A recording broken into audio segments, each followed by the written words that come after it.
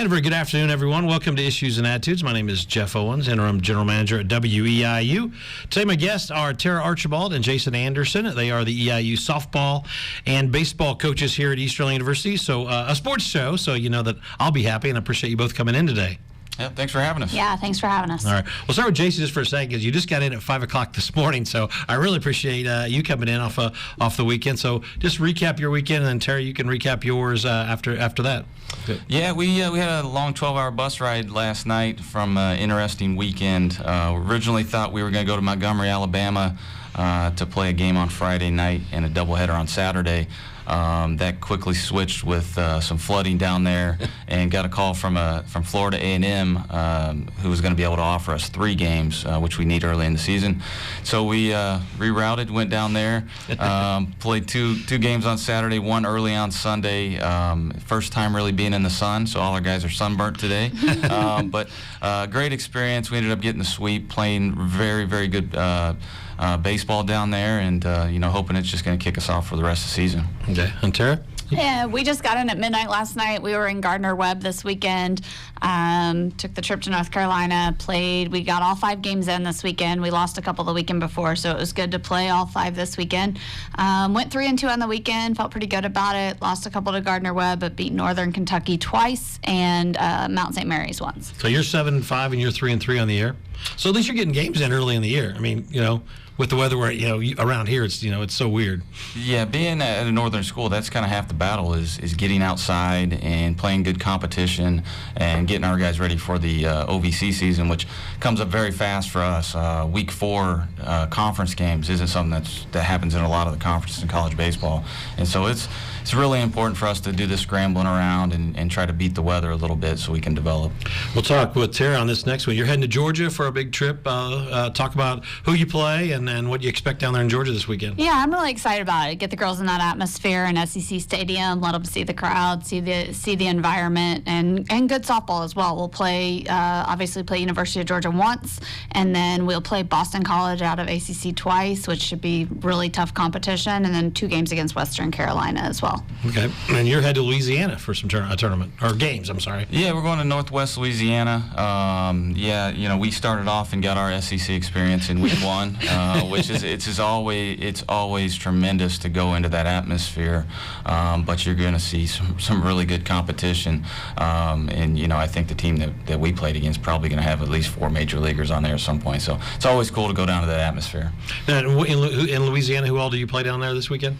Just Northwest Louisiana. All 3 games we'll play. If the weather holds up, we'll play 1 game Friday, 1 game Saturday, and 1 on Sunday. As you evaluate your team a couple weeks into the season, or your teams, what do you think is your strength so far? We'll go Jason and Tara. Well, I think we're still early enough. We're trying to figure that out. We feel like we're a really balanced team, but we lost a lot of good players from last year, a lot of good seniors. Mike Yasinki got drafted by the Cardinals. Jimmy Govern was an All-American, got drafted by the Royals. And so typically you'd have a hard time replacing those type of guys, but we feel like we've done that. We got a really, really talented young group. And so I just feel like we're going to be a little inconsistent here early until we figure out exactly what our team is going to look like. But so far, we've really pitched it well. Will Klein has been outstanding. He's getting a lot of looks for the draft, and the defense behind him has been tremendous. I was talking about pitching defense, and clutch hitting is what it's all about, and we've definitely had the pitching and the defense. We're going to come around with the hitting. There you go. Tara? Yeah, I think the struggle or the thing for us right now is just getting to know each other. So new coach coming in, they've got to get to know my game day intensity. I've got to see what they look like in a game, because you could practice for 120 days straight, and what a kid looks like in practice and what they look like on game day sometimes are completely different things. So getting to know my players, getting to know what's in my dugout, what's in my bullpen, and what we have to work with. Right now, I think hitting has been very, very good at times for us. We got to be more consistent. But we've had some really good hitting, and then Jade Montgomery in the circle as a senior is off to a really good start her senior year and carried us this weekend 3 wins on the mound and has done a good job for us. So we're still trying to figure it out. It's still early for us. We've got a little while here before we start conference, and man, I'm mixing the lineup up and playing it a lot of different ways and trying to figure out who's going to give us what we need on game day. Take us through your process being a new coach at a new university like this. how did you go about to get to know to know the ladies, and so you kind of figure out how you can push them or not push them, and when to pull back, and when to kind of maybe have to be at the hard A if you had to be. Yeah, yeah. The fall is good for that. The fall's really good for that. I spent a lot of time this fall just watching how they work, watching how they practice, watching how they compete. Of course, we didn't get to play any Division I competition this fall. It was all against junior colleges, which is definitely a different level of play. So for us this spring, it's been an adjustment to see that. But just trying to really spend time talking to them, get to know them, and then figuring out what makes them tick. And again, that's completely different on game day than it is in practice. So it's still a work in progress. But I think just having the conversations and getting to know them better. And Jason, you've been around for a few years here at EIU. So how is your process compared to Tara's when you're starting to get ready for the year? It's when I came in, I kind of had the luxury of I had already recruited the guys that were coming in, and so the mentality of the team is kind of really fits me. And so, when we get into the fall, we don't feel like we really got to work on the middle part too much, and so we're jumping right into games and trying to figure out what we got to do on the field and things like that. Weight room has been huge during my time at Eastern Illinois. We do a fantastic job with our strength and conditioning, and so as you go throughout the year, your time is limited on the amount of time you get to actually coach them, and so we got to be more strategic on really what we're trying to work on to maximize that time. Are either of you goal setters as you go into a year? Everybody wants to win as many games as possible in conference and all stuff, but do you set goals like early, middle, late? Or talk about that process if either of you do that. We do a little bit. I think the girls have to have. I try to put that on the team and make it to where what do they want? What do they want out of the year? Because as much as I want it, they got to want it worse. So I try to put that on them, but then I take that and I go backwards and I say, okay, so now what's the process to get there? What does that look like on the daily basis? What does that look like? What does a practice look like? If this is your goal and this is what you want to accomplish, what do you got to do to get there? And then we try to just zone in on the day-to-day, pitch-by-pitch mentality and focus in on that versus constantly just being focused on that big goal at the end of the year. Jason, you goal setter? That's a tricky one. That's why I got you. Really, when boys, I talk a lot about them being happy, being healthy, and just playing fast. If they go out and compete as hard as they can, that is the goal for me as a coach. If we leave it all out on the field, whether it's a win or loss, I'm happy with that.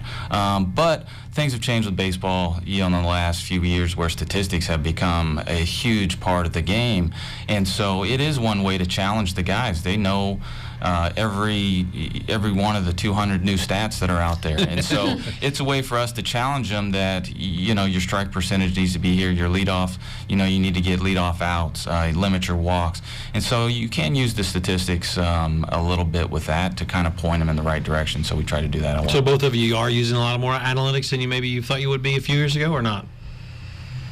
We definitely are. I'm a stats guy anyway, but that was before the stats kind of came in. That's because you're a pitcher too. Yeah, and it's a pitching thing. So it's something that I definitely try to utilize, and luckily it's what the youth is really buying into these days, and it's really the game's gravitating towards it. We use it, probably not a ton. I use it more with my pitchers than with my hitters. We talk a lot about first pitch strikes, strike percentage, percentages and even counts and things of that sort. But for the most part, I'm more of the compete pitch by pitch mentality and don't let them get too caught up in the numbers, because I think when they get there, they get a little emotional and then the results don't come. If you see a player being lazy, what's your kind of method of motivation? I mean, I'm not asking you. I mean, somebody doesn't run out to center field or run off the field. I mean, do you bring him? Is it one-on-one, or do you in front of the team? I mean, talk about some of the process. I think that's huge for me right now. To be honest, that's a great question for me right now, because that's what we're. That's why Jason deferred you if you were watching on TV. I don't know if you knew that or not, but that's maybe he's heard down the hallway. But that's a huge piece for me right now, because to me, if we don't set the tone of what my culture as a coach is going to look like with attitude, effort, and energy, then we can't work from the ground up. And so I feel like I'm talking about that inning by inning, day by day.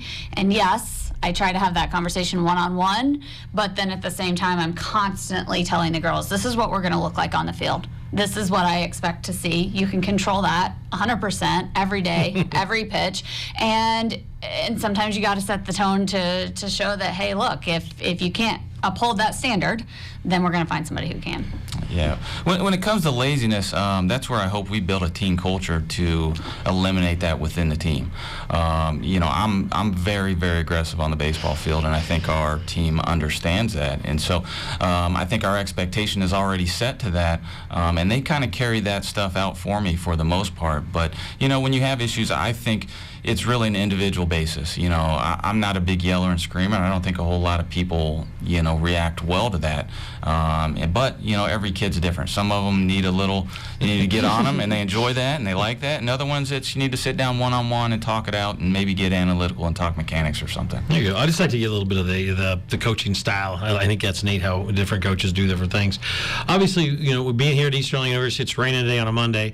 How does the adverse weather affect how you can actually prepare? Because there's a lot of inside work as opposed to getting outside. How do each of you kind of do that to prepare? Well, we work together pretty well to try to do it. Mother Nature is not cooperating with Panther baseball and softball this year, and so we have been inside a lot. We've actually only been outside one time, and so for us to only have one outdoor practice, and that was real early, if I recall right. Yeah, it was a Sunday, and it was a beautiful day, and we got the most out of it, and so that was our one time. So for us to be 3-3, and 3 of our games have been against the number 7 ranked team in the country, I'm sitting here ecstatic, just seeing what we have and where we're at this point of the year. Yeah, I think you have to know what you're dealing with, right? We'd get out as much as we can. We may have been out 3 times, maybe, and that wasn't full practices. We scrimmage as much as we can indoors. Make do, bouncing them off the field house walls and everywhere else, but thank goodness they allow that. But yeah, we just try to put our kids in the best situation we can with what we're dealing with, and try not to talk about it too much, and just make the most out of what we have, because it, can't change that. I understand. And then I try to get there as much as I can, get to the tournament the night before and get something in. We've not been super successful with that, but 2 nights out of the 3, I think we get there Thursday night and try to get on the dirt and take some ground balls then. That's nice.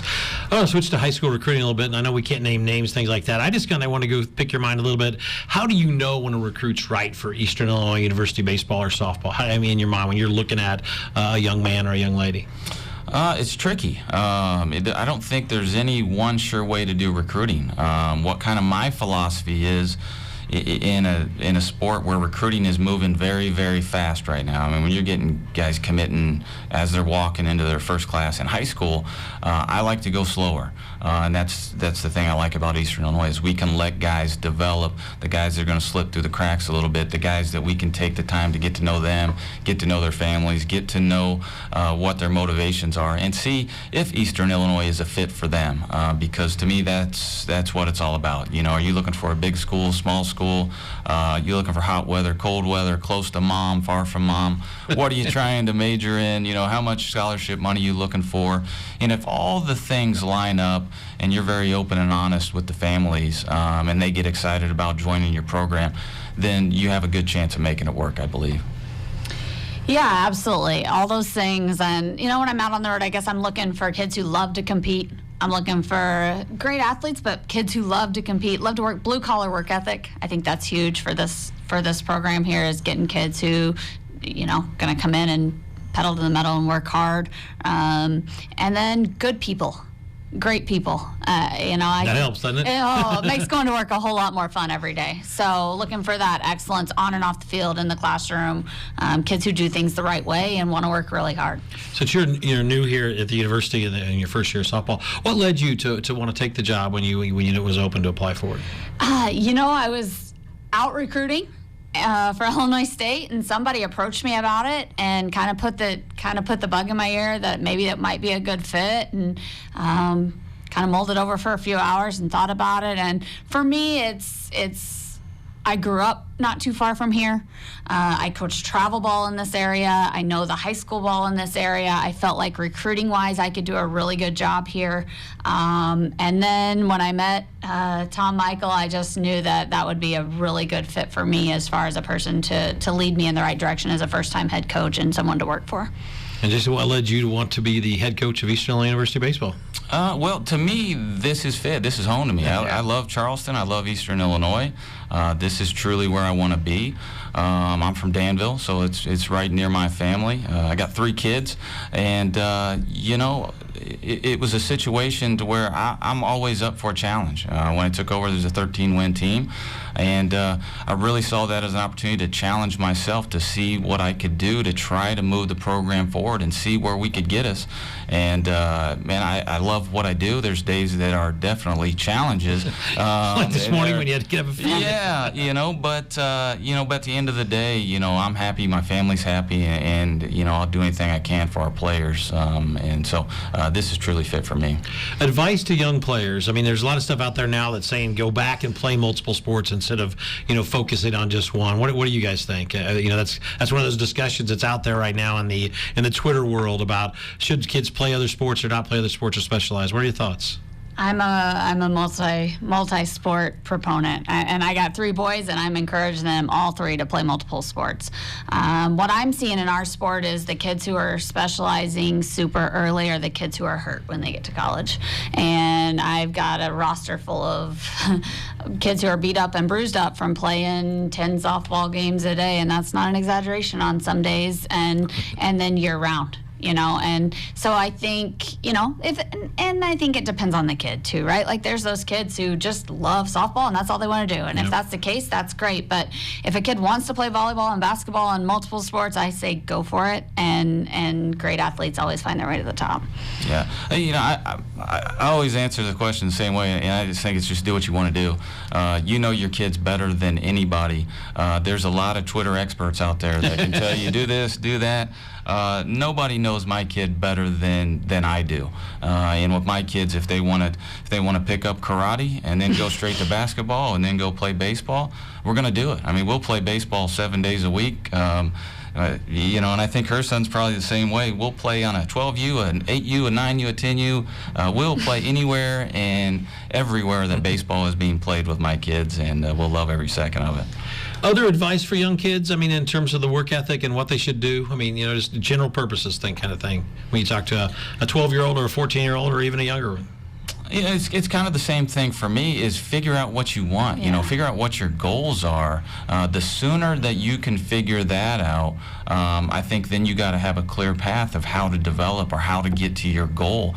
That's what really worked for me when I was coming through. I knew pretty early that baseball was something I felt that I was going to be pretty good at. I wanted to use baseball to get a college education, and so that was really my only goal, was baseball leads to education, and so that's what I did, and baseball kept opening doors for me, and I just had to make the most out of those opportunities and try to treat people the best way I could as I walked through them. Yeah, I think most of us know your background. We're a good pitcher, made it all the way to the top, and so I'm not going to make you talk about it because I know you've been asked many times, but Tara, I don't know that much about you. Can you give us a little bit of your sports background? Just, you don't have to go in detail, but, tell us the Tara Archibald, that great story. Yeah, the great story. There should be something out there. Well, I grew up in Southern Illinois, so Johnson City, Marion. I did play 3 sports all through high school. We didn't really know much better in Southern Illinois at that time. That's just what we did. I did play a little bit of travel ball, but that's it. We didn't even know that. Honestly, didn't even know that really the big travel ball world existed at that point when I was in school. And then funny, my dad figured it out with my younger sisters, and then he actually became a softball coach as well. So it's interesting how that all worked out. But grew up. Family of sisters, we all played softball. Both my sisters played softball in college as well. My dad's now a coach at University of Louisiana, so kind of a coaching background there, I guess, although that kind of happened for him later in life. But and played at Southern Illinois University. Graduated with an education degree, thought I was going to be a teacher, and ended up coaching some travel ball, and from travel ball got my first coaching job at the University of Georgia with Lou Harris-Champer, who I'll get to see this weekend. That's cool. Yeah, very cool. And then did a little time in the private sector, ran a sports facility in College Station, Texas, did some lessons, back to Illinois State, spent a couple years there with Melinda Fisher, and now I'm here. So it's been a little bit of a circle for me, but it's been a fun ride. Let's go back to Ohio Valley now, as we're a couple weeks away from conference. So in baseball and softball, who are the teams to beat, and what do you expect when OVC action heats up? I think in baseball this year it's wide open. A lot of teams lost a lot of talent. I mean, the OVC has really been getting better each and every year when it comes to baseball. The coaches have gotten better. They're getting out on the road recruiting, developing. The programs are doing a lot of big things, and so the competition is fun week in and week out. And so this year, I think particularly every coach kind of agrees that the three teams that were predicted to be at the top could end up at the bottom, and the three teams at the bottom could be in the top three at the top. So it's just a pretty unusual year for baseball.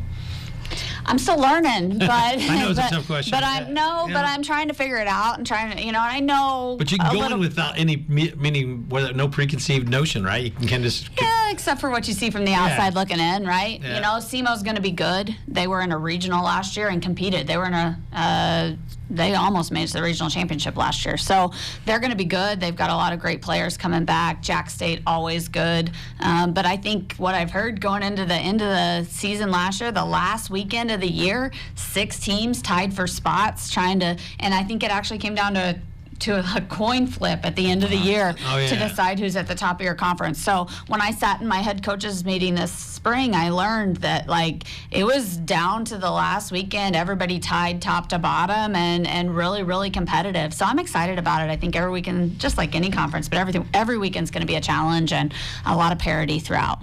Do either of you have team leaders that guy or the gal that you can lean to that just steps up and is your vocal leader or maybe the clubhouse leader? I think every year it's different. I know you're early, but yeah, and I think that's where we're at as a team is we don't really know who our vocal leaders are yet. We feel like we got a lot of talent, and everybody's going to get an opportunity early.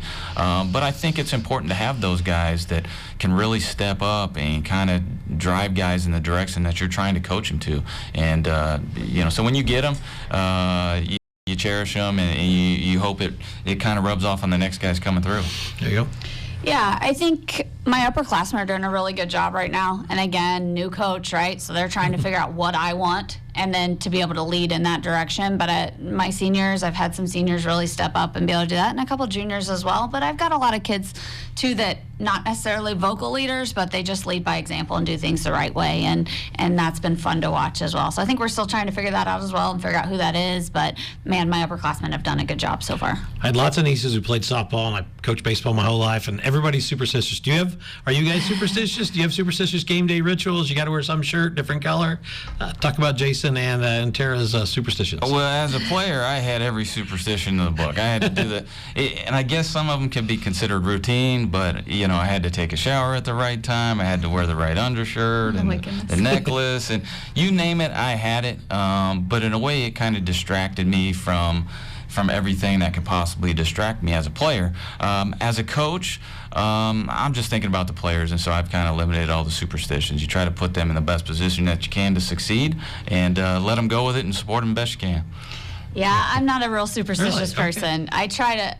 Every once in a while, I'll catch myself, something happens, and you're like, you want to... But for the most part, I try to stay away from that as much as I can and just focus on getting prepared to play games. Gosh, I want to talk about your Sorry, funny... I wish I had something good for you, but... That's all right. We could, it was just one of those questions, everybody has them, and sometimes they don't, but I guess the coaches don't have them as much as players is what I've learned there.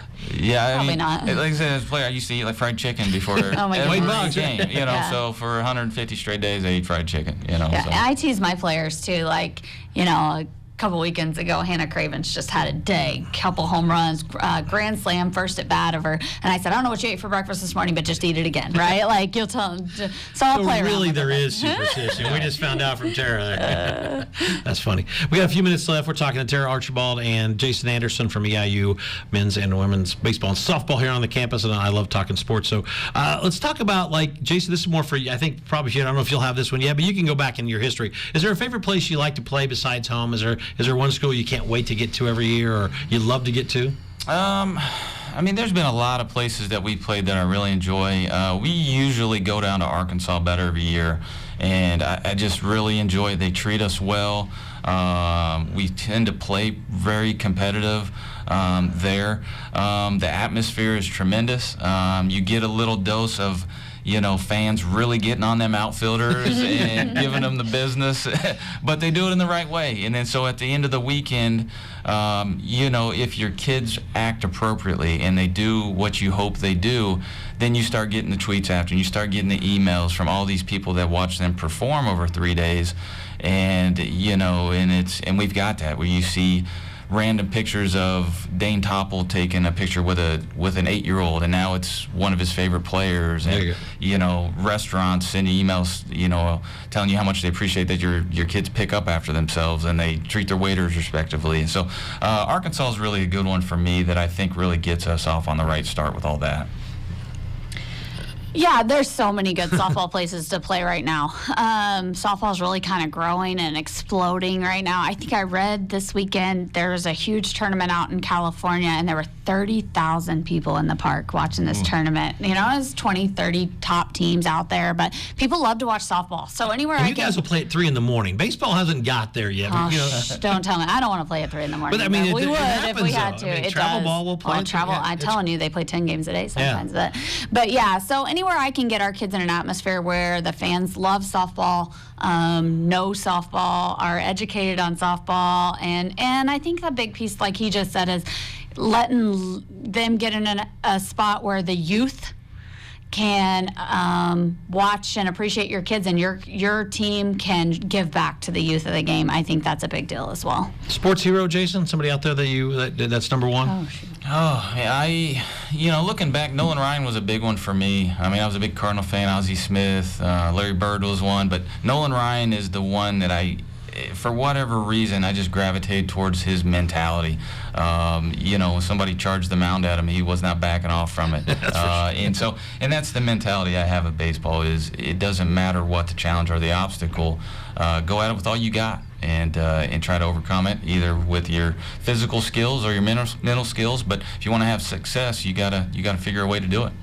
Sarah, sports hero? I grew up watching Dot Richardson, and she was a shortstop, second baseman for the Olympic team back in the day when I was in high school, and watched her a ton. High energy, high passion, a lot of grit, no bigger than a minute, but maybe that's why I liked her. But just played the game the right way, and again, I think that's how I coach and how I want my kids to play as well. Got about less than a minute to go. Why should someone come out and watch EIU softball or baseball this year? Oh, man, I just think we got, number one, get to know our kids. We have fantastic kids. I could not be more proud of the students and the people that they are. Tara alluded to it earlier, you want good people. We got good people up and down, not only our baseball program, but our athletic department. And so if you come out, interact with them, get to know them, they want you to do those type of things. And so that's one big reason. But as far as the on-field stuff, we got a lot of talented guys. I think we have some young guys that are going to be getting really solid looks to be drafted. Will Klein is ranked in the top 100 in the country this year.